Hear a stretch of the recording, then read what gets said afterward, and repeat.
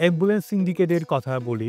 এই ambulance syndicate নামক কোনো সিন্ডিকেট না থাকার জন্য এই যে বাইরের অ্যাম্বুলেন্স যাতে ঢুকতে পারে, অনায়াসে ঢুকতে পারবে, যে রুগী যেখান থেকে হোক, যে গাড়িটা হোক, যার যে পছন্দনীয় অ্যাম্বুলেন্সটাকে নিয়ে সে সার্ভিসটুকু নিতে পারে, এরকম একটা পরিবেশ সৃষ্টি করার জন্য চট্টগ্রাম মেডিকেল কলেজ পরিচালক কী করছে এখন?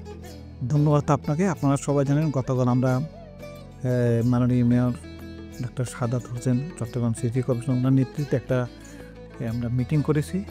এখানে অনেক দিন ধরে আমরা অভিযোগ পাচ্ছি যারা অ্যাম্বুলেন্স চালক মালিক সমিতি, তারা বাইরে থেকে যে অ্যাম্বুলেন্সগুলো এখানে ভিতরে আসে রুগী নিয়ে, তাদেরকে মানে রুগীরা নামানোর পরে চলে যেতে হয়, ওদেরকে চলে যেতে, তারা কোনো রুগী ক্যারি করতে পারে না।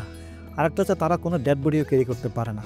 এবং এখানে যে আঞ্জুমান মফিদুল ইসলাম আছে, তাদেরকে কিন্তু তারা এখানে হাসপাতালের ভিতর থাকতে দেয় না। এই অভিযোগগুলো আমি বিভিন্ন গণমাধ্যম থেকে পেয়েছি এবং আমি বিভিন্ন রোগীদের মাধ্যমে পেয়েছি। এটা আমাদের লাস্ট এই মিটিং এরকম একটা কনফারেন্স হয় 2018 সালে।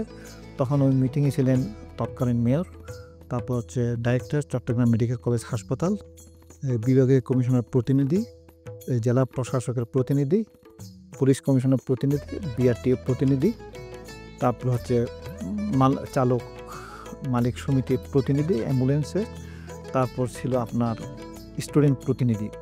ওই সময় যে প্রতিনিধিগুলো ছিল, আমরা ঠিক একইভাবে একই ফর্মে এরকম একটা মিটিং করেছি গতকাল।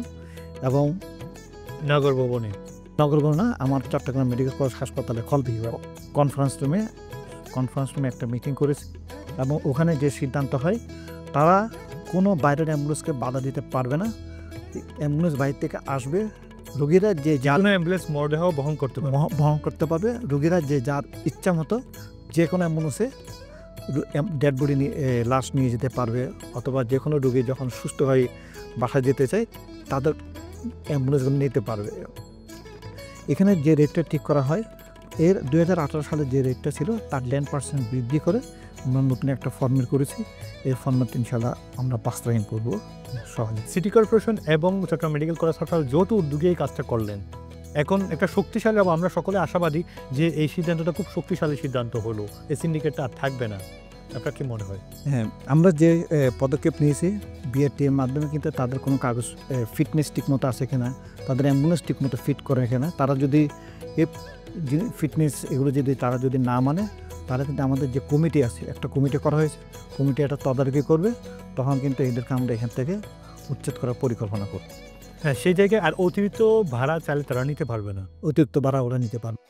এগুলো দেখভাল করার জন্য কি আপনাদের একটা টিম? সঠিক। এটা মনে করেন আমার কোনো একটা ওয়ার্ডে একটা রুগী ডেড বডি, একটা রুগী যাবে, অথবা রুগী সুস্থ হয়ে বাড়ি যাবে, অথবা একটা লাশ যাবে, তখন আমরা এটা ওয়ার্ড মাস্টারের মাধ্যমে এটাকে মনিটর করব।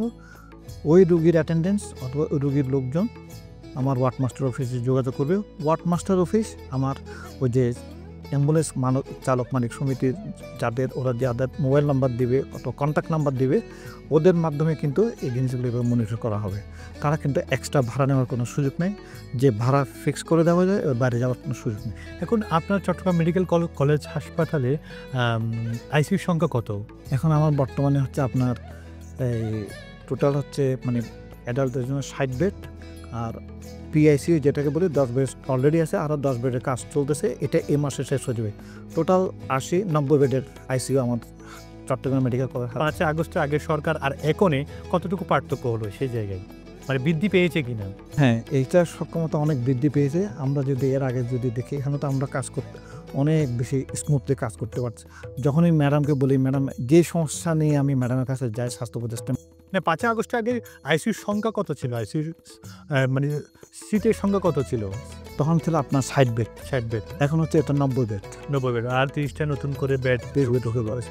আইসিইউ বেড যদি ধরে তাহলে আরও 100 বেড হয়ে যাবে। আইসিইউ সংকটের কথা তো আপনার যেহেতু নতুন করে 30টা বেড যুক্ত হলো, আর নতুন করে আরও বাড়ার কোনো সম্ভাবনা আছে কিনা? নিয়ম হচ্ছে কি, আমার যে পরিমাণ রুগী থাকবে আমার হাসপাতালে, তার 10% কিন্তু আইসিইউ থাকার কথা।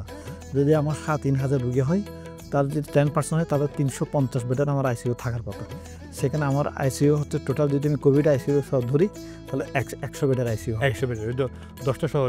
আমরা যদি আরেকটা বিল্ডিং করতে পারি, নতুন বিল্ডিং CMCH2, যেটা আমরা প্রস্তাবনা দিয়েছি, ওখানে কিন্তু প্রায় আপনার 40-50 বেডের আইসিইউ কিন্তু ব্যবস্থা আছে।